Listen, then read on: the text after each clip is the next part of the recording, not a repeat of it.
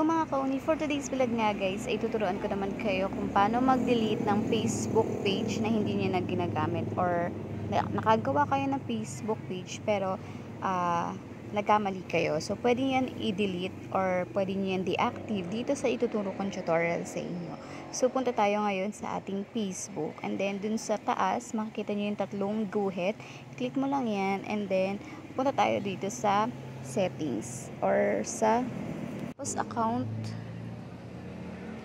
and then hanapin nyo lang dyan yung personal details, and then click nyo lang dyan, mamili lang kayo dyan guys. Syempre punta tayo dun sa page na gusto nyong i-delete, hanapin nyo lang, and then ayan. So pwede yan deactive or pwede talagang i-delete nyo na totally. So ganyan yung process kung paano mag-delete ng Facebook o kaya Facebook page na hindi nyo na ginagamit or ayaw nyo nang gamitin. So ayan, mamili ka lang. So reason, tapos yung spend, parang sagutan mo lang to, parang wala naman to eh. Parang information lang para magdiretso lang tayo kung paano natin siya i-delete. So pwede rin nyo rin kunin yung mga information nyo dyan, pero kung hindi na rin, okay lang, nasa inyo naman yan.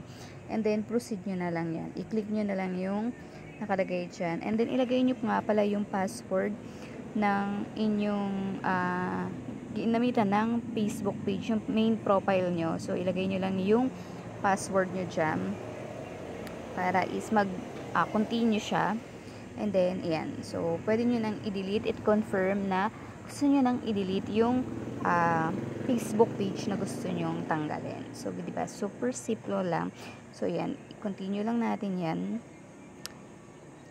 at ipapakita ko sa inyo na na-delete na natin siya. So isa na lang yung natira ko dyan, yung main profile ko, tapos yung Instagram ko. So ganyan lang kasimple paano mag-delete ng Facebook page or Facebook nyo na hindi nyo na ginagamit. So kung ako sa inyo guys, i-try nyo na yan para sa gustong burahin yung